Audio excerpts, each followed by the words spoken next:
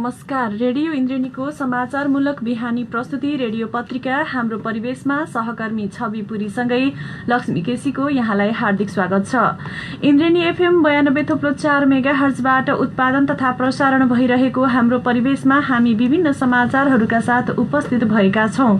दाङबाट प्रकाशित अखबार, अनलाइन संस्करणमा प्रकाशित समाचार तथा रेडियो इन्द्रेणीको समाचार डेस्कमा तयार पारिएका समाचारहरूको संगालो हाम्रो परिवेश तपाई Indreni FM 92.4 megahertz, indrenifm.com.np, mobile application, सामाजिक सञ्जाल तथा दाङ देउखुरीको गडवामा रहेको रेडियो साझा आवाज 88.3 मेगाहर्ज र रेडियो राप्ती 98.4 मेगाहर्ज लालमटियाबाट पनि हामीलाई अहिले एकैसाथ सुनिरहनु भएको छ।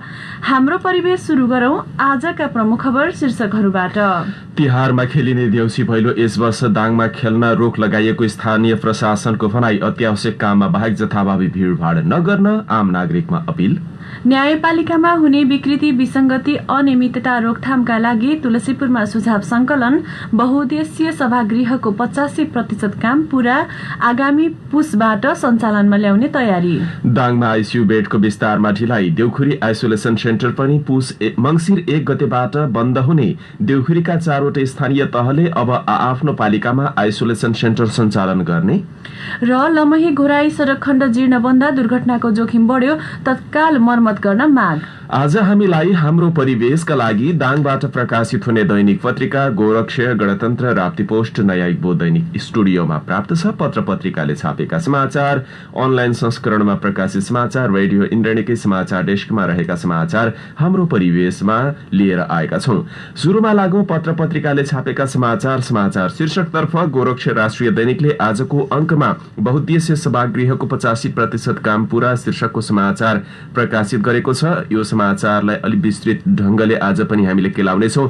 यसैगरी कोभिड म्यादी अस्पताल आईसीयू र भेन्टिलेटर चलेकै छैनन् शीर्षकको अर्को समाचार प्रकाशित गर्दा मह काट्न थाले कृषकले शीर्षकको अर्को समाचार गोरक्षे दैनिकले पहिलो पृष्ठमा प्रमुखताका साथ प्रकाशित गरेको छ।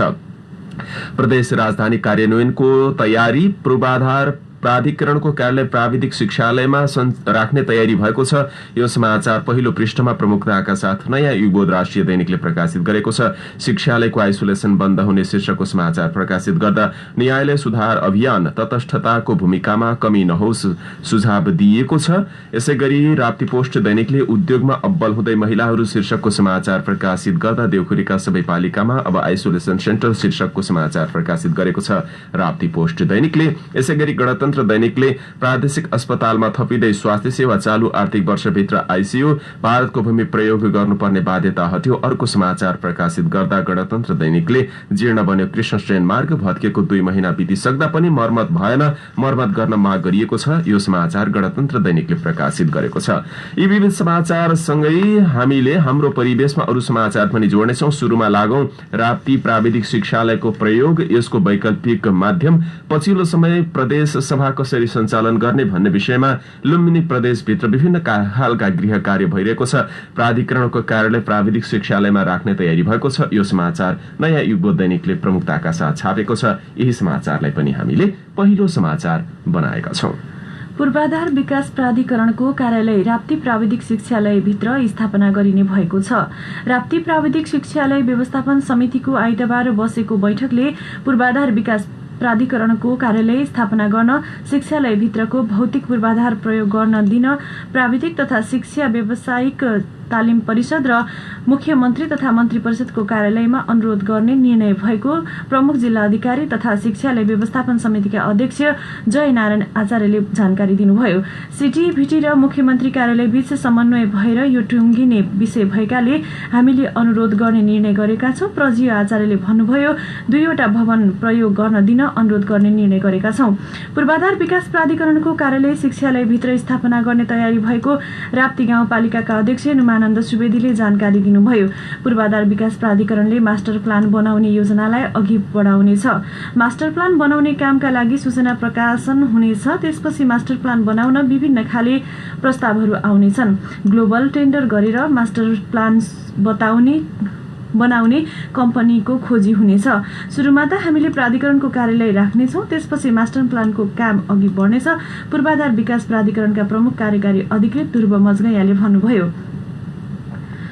प्रदेश सभाको बैठकले असोज 20 गते स्थायी राजधानी राप्ती उपत्यका देउखुरी र प्रदेशको नाम लुम्बिनी टुङ्गो लगायो। स्थायी राजधानीको टुङ्गो लागेसँगै राजधानीसँग जोडिएका प्रशासनिक कार्य देउखुरीबाट सञ्चालन गर्न नागरिक स्तरबाट माग भयो। त्यसपछि तत्काल सदन बसाल्न सक्ने पूर्वाधारको खोजी गरियो। सबैको ध्यान राप्ती प्राविधिक शिक्षालयमा तानियो।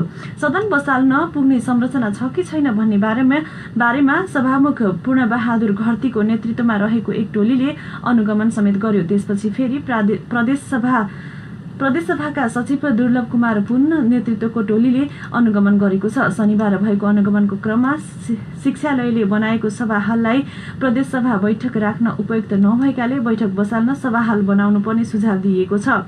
यसैगरी राप्ती प्राविधिक शिक्षालयको जग्गा र पूर्वाधार प्रदेश सरकारलाई हस्तान्तरण गर्ने र शिक्षालयलाई उचित स्थानमा स्थानान्तरण गर्ने प्रक्रिया टुङ्गो लगाउने अन्तिम तयारी भइरहेको जानकारी बाहिर आएको छ।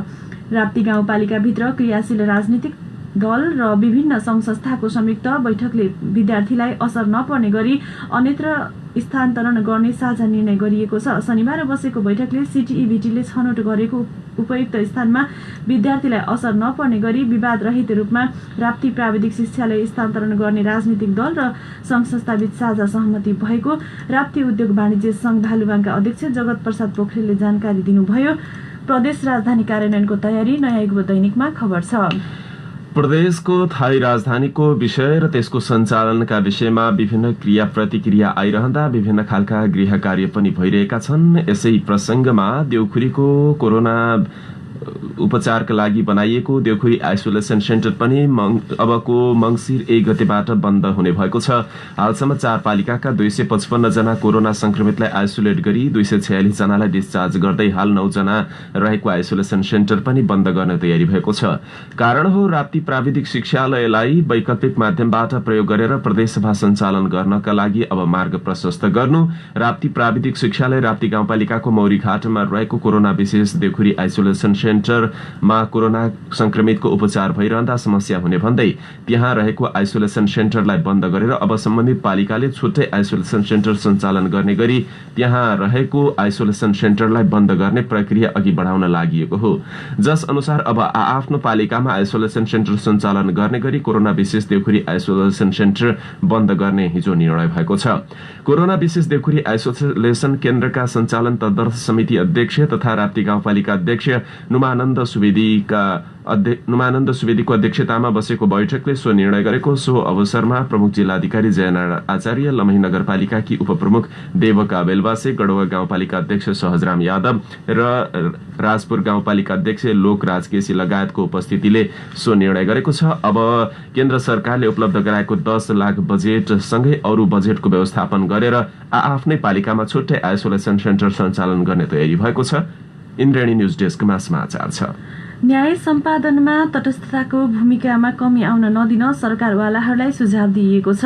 न्यायपालिकामा हुने विकृति, विसङ्गति, अनियमितता रोक्न सर्वोच्च अदालतबाट गठित सुझाव संकलन समितिलाई आइतबार घुराहीमा सुझाव दिँदै नागरिक समाज, पत्रकार तथा अधिकार कर्मीहरूले स्वतन्त्र न्यायालय र उसको न्यायिक तटस्थतामा ह्रास आउन नदिने गरी काम गर्नुपर्नेमा जोड दिए। पछिल्ला दिनहरूमा न्यायिक संयन्त्रको भूमिकाप्रति प्रश्न उठ्न थालेको प्रति सुझाव संकलन समितिलाई अवगत गराउँदै उनीहरूले स्वतन्त्र न्यायालयको गरिमा बचाउन सबै लाग्नुपर्नेमा जोड दिए। न्यायिक प्रक्रियामा हुने ढिलासुस्तीले आम जनमानसमा न्यायपालिका प्रतिको विश्वासमा ह्रास आउन थालेको भन्दै नागरिक समाज दाङका संयोजक चन्द्रराज पन्तले केही सामाजिक सरोकारका विषयमा द्रुत सुनवाईका लागि सुझाव दिनुभयो। त्यस्तै नागरिक समाजका सदस्य श्रीमन न्यौपानेले राजनैतिक प्रभावले न्यायालयको गरिमामा आज आउन थालेको बताउनुभयो। उहाँले न्यायमूर्ति नै राजनीतिक नियुक्तिमा आउने भन्दै त्यसले न्यायालयमा कतै न कतै न्यायालयको गरिमा र विश्वासमा ह्रास ल्याएको बताउनुभयो। महिला मानव अधिकार रक्षक सञ्जालकी केन्द्रीय सचिव लक्ष्मी आचार्यले पत्नी हत्याका दोषीलाई नै कैद घटाएर छोड्ने न्यायालयका पछिल्ला फैसलाहरूले आम जनमानसमा विश्वास गुमाउँदै गएको बताउनुभयो। सुझाव संकलन समितिको टोलीलाई सुझाव दिँदै सरकारवालाहरूले न्यायालयमै बिचौलियाको बिगबिगी हुनु, नियमित सुनवाई नहुनु, अदालतमा आर्थिक स्रोत र स्वायत्तता नहुनु, कानुनी प्रक्रियाका बारेमा आम जनमानसमा जानकारी नहुनुले पनि समस्या उत्पन्न भएको बताउनुभयो। सुझाव दिँदै समितिका संयोजक तथा सर्वोच्च अदालतका न्यायाधीश हरिकृष्ण कार्कीले न्यायालयलाई विकृतिमुक्त गर्न देशव्यापी सुझाव सङ्कलन गर्न लागि भन्दै नागरिकको रचनात्मक सुझावले नै अदालतलाई स्वतन्त्र बनाउने र त्यसबाट मात्रै नागरिक अधिकार स्थापित हुने बताउनुभयो।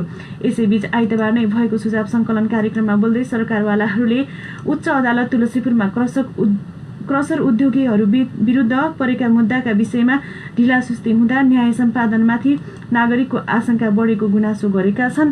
न्यायालय सुधार अभियान तटस्थताको भूमिकामा कमी नहोस्, नयाँ युवा दैनिकमा खबर छ। नेपालीहरूको दोस्रो महान पर्व तिहारको अवसरमा खेलिने देउसी भैलो यसपटक दाङमा नखेल्न स्थानीय प्रशासनले भनेको छ। विश्वभर महामारीका रूपमा फैलिएको कोरोना भाइरसले समुदायसम्म विभिन्न खालको प्रभाव पारेको र संक्रमणको जोखिम अझ बढ्न सक्ने भन्दै जिल्ला प्रशासन कार्यालय दाङले चाडपर्वको अवसरमा भिडभाड नगर्न र देउसी भैलो समेत नखेल्न आम नागरिकमा अपील गरेको हो।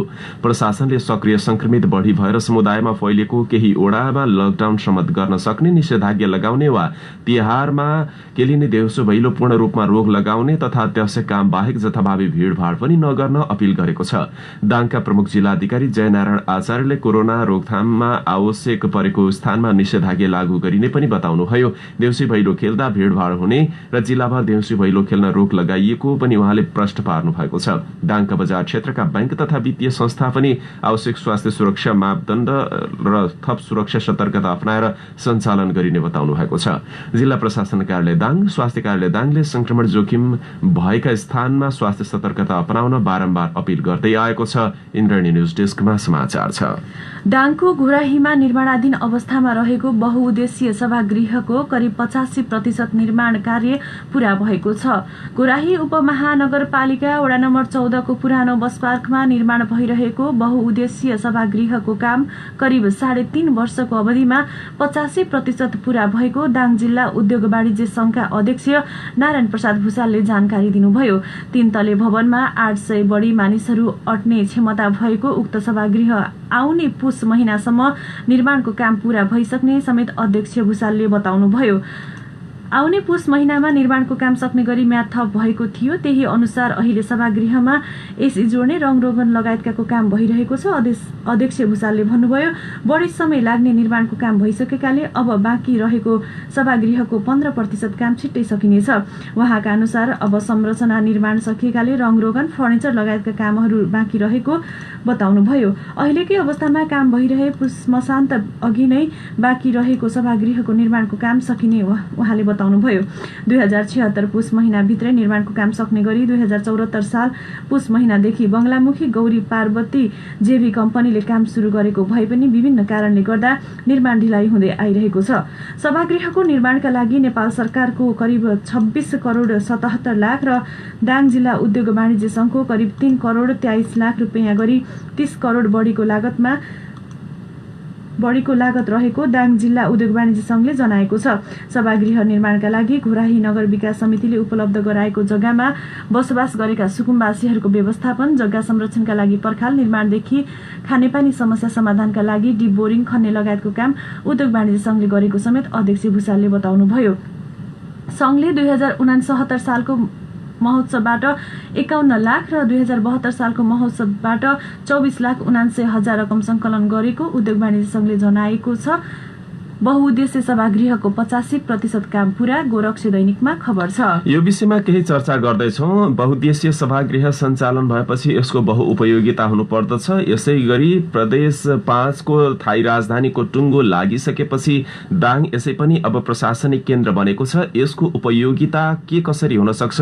दीर्घकालीन योजना दाङ जिल्ला उद्योग वाणिज्य संघले कसरी बनाएको छ? त्यसभित्र रहेका अन्य संयन्त्रहरू कसरी छन् र यसको अधिकतम लाभ दाङले कसरी लिन सक्छ भन्ने विषयमा चर्चा गर्दैछौं। यसका लागि दाङ जिल्ला उद्योग वाणिज्य संघका अध्यक्ष नारायण प्रसाद भुसाललाई केही बेर अघि टेलिफोन सम्पर्क गरेर बनाइएको यो बहुउद्देश्य सभागृह सञ्चालनको काम र यसको अरू पूर्वाधारको पक्ष कहाँ पुग्यो भनेर सुरुमा सोधेका छौं।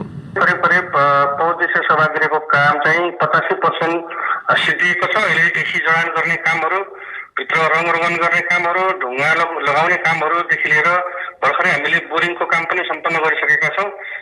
हामीले करिब यो पुसको मसान्त हामीले अगाडि योभन्दा अघि 76 पुस मसान्तसम्म सक्नुपर्ने काम थियो। तथापि निर्माणकर्ताले अलिकति सामग्रीहरूको अभाव भयो भनेर केही म्याच सारेको अवस्था थियो। पछि कोरोनाको कारण चाहिँ मिस्त्रीहरू र श्रमिकहरू चाहिँ आफ्नो घरतिर लागिसकेपछि साउनदेखि चाहिँ कामहरू द्रुत गतिमा अगाडि बढेको छ। निर्माण व्यवसायसँग पटक पटक छलफलहरू भएको छ कि अविलम्ब चाहिँ अब काम सक्नु पर्यो भनेर हामीले रिक्वेस्ट गरिरहेका छौँ। त्यसकारण उसको मसान्तसम्म चाहिँ म खैयाली काम दिन्छु भनेर निर्माण व्यवसायले भनिरहनु भएको छ। त्यसै अनुरूप हामीले चाहिँ अब प्रदेशको राजधानी भइसकेपछि अब यसलाई चाहिँ अत्यधिक चाहिँ तुर्त गतिमा काम अगाडि बढाउनुपर्छ भनेर हामीले चाहिँ पहल गरिरहेका छौँ। यो दाङको हकमा हेर्ने हो भने यो सभागृह अलि बृहत र विभिन्न विकल्प सहितको अवस्थामा बनाइएको छ। यो अलि महत्वाकांक्षी योजना पनि थियो। यो काम सम्पन्न हुँदै गर्दा प्रदेशको राजधानी पनि तोकियो दाङ। यद्यपि जुनसुकै ठाउँमा तोकिए पनि यसको लाभ लिन सक्ने गरी काम हुनुपर्छ भन्ने पनि छ। पछिल्लो समय यहाँको अभिव्यक्ति पनि प्रदेशसभा सञ्चालनको विषयमा विभिन्न टीका टिप्पणी भइरहँदा त्यसभित्रका अन्य अवयवहरू सञ्चालनका लागि सभागृह पनि उपयोग गर्न दिन सक्ने भन्ने खालका यहाँका अभिव्यक्ति पनि छन्। यो के उपयोग हुन सक्छ? होइन, हामीले योभन्दा पहिले पनि जब 2068 सालदेखि हामी प्रादेशिक राजधानी दाङ हुनुपर्छ भनेर हामीले सरकारलाई दाङ जिल्लाभरमा रहेका सरकारी कार्यालय वा निजी क्षेत्रसँग रहेका सङ्घ संस्थाहरूसँग रहेका विभिन्न पूर्वाधारहरू छ, ती पूर्वाधारहरू हामीले दिन्छौँ भनेर प्रतिबद्धता 68 सालदेखि नै गर्दै आएका थियौँ। र पहिले पछिल्लो चरणमा जसरी प्रादेशिक राजधानीको दाङ तोकिसकेपछि लालमटियाको टेक्निकल कलेजमा जुन समस्याहरू उत्पन्न हुन थाल्यो तत्पश्चात हामीले हिजो गरेका प्रतिबद्धता अनुसार जब हामीले प्रादेशिक मुकाम पाइसकेपछि सरकारी भवनहरू र निजी क्षेत्रसँग भएका भवनहरू दिने भनेर हामीले निर्णय गरेको अवस्थामा विवाद गर्न हुँदैन थियो। जसरी लालमटियामा विवाद भइसकेपछि यसलाई अलिकति कहीँ हामीले कन्जुसाइ गर्न त सक्दैनौँ, थालेनौँ भन्ने खालको कुराहरू आइसकेपछि हामीले दाङमा रहेको बहुद्देश्यीय सभागृह सहित विभिन्न उद्योग वाणिज्य सङ्घहरूका भवनहरू र सरकारी स्तरका जुन जुन कार्यालयहरू खाली अवस्थामा छन् ती भवनहरू उपयोग हुनुपर्छ। ती राजधानी कुनै एउटा गाउँपालिकाको अर्थात् एउटा गाउँको मात्र होइन, यो समग्र 5 नम्बर प्रदेशवासीको। त्यस कारण चाहिँ जिल्लामा भएका पूर्वाधारहरू हरेक पूर्वाधारहरू चाहिँ प्रयोग गर्न सकिन्छ। त्यही अनुरूप चाहिँ हामीले आफ्नो फेसबुक वालबाट अर्थात् हाम्रो विभिन्न माध्यमबाट पनि हामीले मुख्यमन्त्रीसँग पनि कुराकानी भएको छ कि दाङमा रहेका विभिन्न पूर्वाधारहरूको खोजी गरौँ।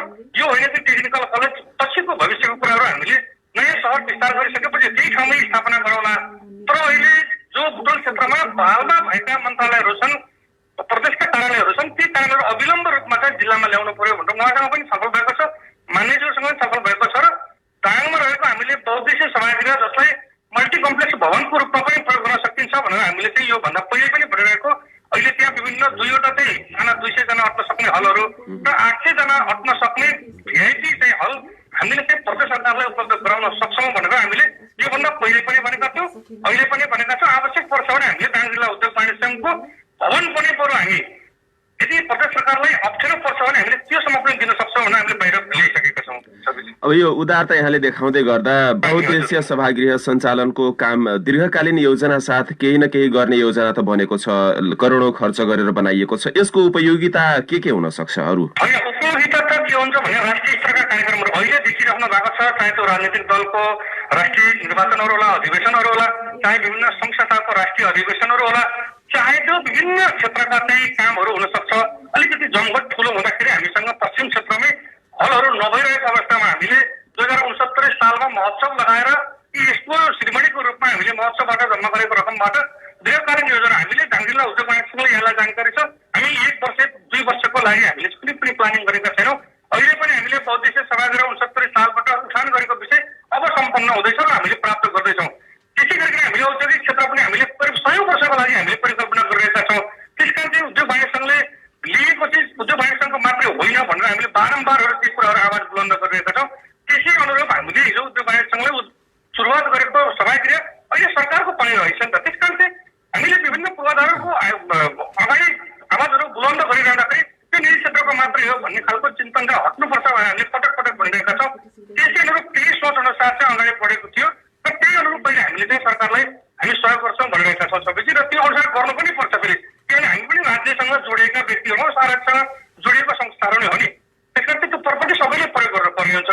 राष्ट्रिय स्तरको कार्यक्रम भयो भने दाङको अर्थ चलायमान हुन्छ र यसले चाहिँ एउटा पर्यटनको विकास र समग्र अर्थतन्त्रलाई चाहिँ मजबुत बनाउनको लागि विभिन्न जिल्लाहरूमा हुने कार्यक्रमहरू दाङमा आयो भने स्वाभाविक रूपमा दाङले चाहिँ त्यो उपलब्धि हासिल गर्छ।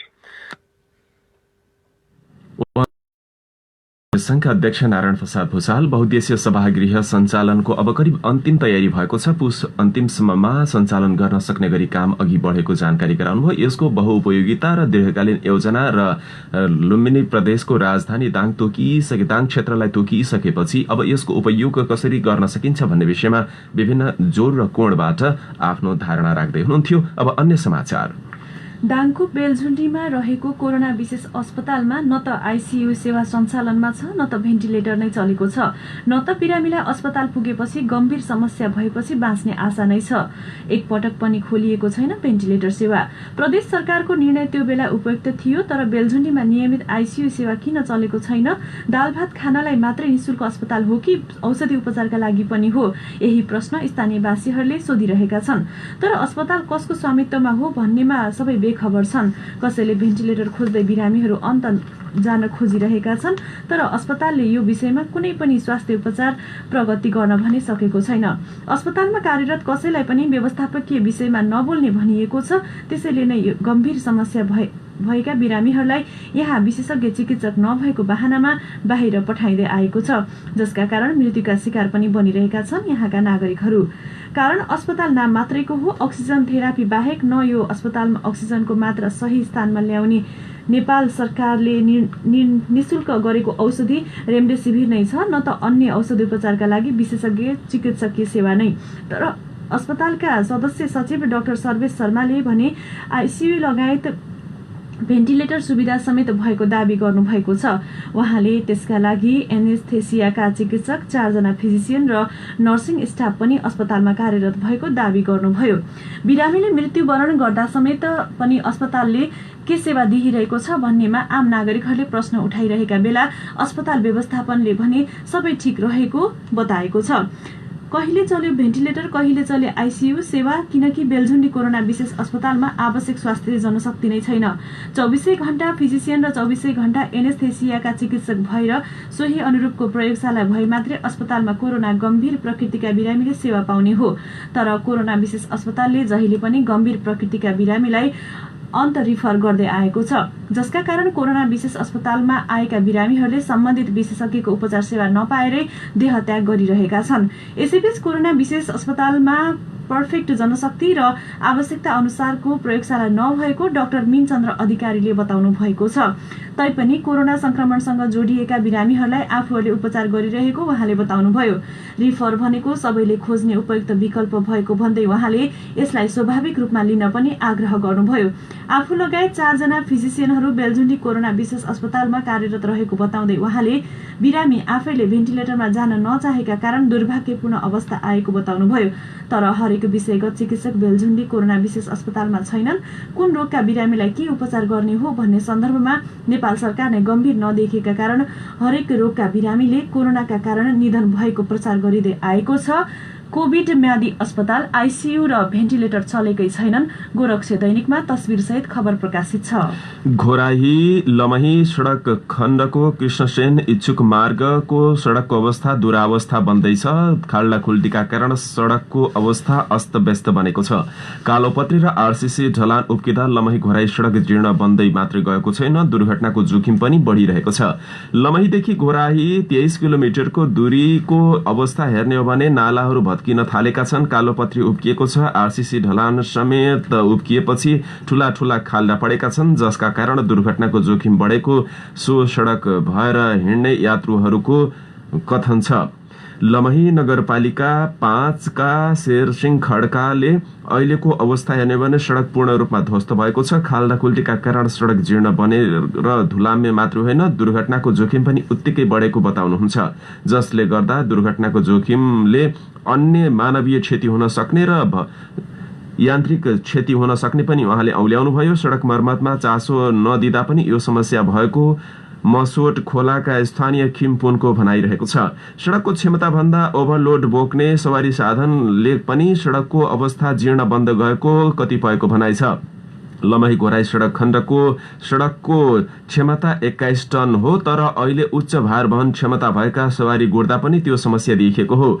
यसैबीच उक्त सड़क मर्मतका लागि अब तिहार लगत्तै काम शुरू हुने बताइएको छ। सड़क टालटुल गर्न 40 लाख बजेट विनियोजन गरिएको दाङका सब इन्जिनियर महेश विश्वकर्माले बताउनुभयो। उहाँका अनुसार लमही घोराई सड़क मर्मतका लागि 40 लाख बजेट विनियोजन भएको छ। टेन्डरको प्रक्रियामा गएर काम अघि बढेको पनि उहाँले बताउनु भएको छ। सड़क मर्मत नहुँदा सड़क जीर्ण बन्दैछ, जसले गर्दा दुर्घटनाको जोखिम बढेको छ। घोराही लमही सड़क मर्मत तत्काल गर्नुपर्ने त्यस क्षेत्र भएर हिँड्ने यात्रुको माग छ। गणतन्त्र दैनिकमा समाचार छ। पछिल्लो समयमा महिलाहरू आत्मनिर्भर बन्दै गएका छन्। विभिन्न पेशा व्यवसाय गर्दै आत्मनिर्भर हुने बाटोतर्फ लागेका हुन्।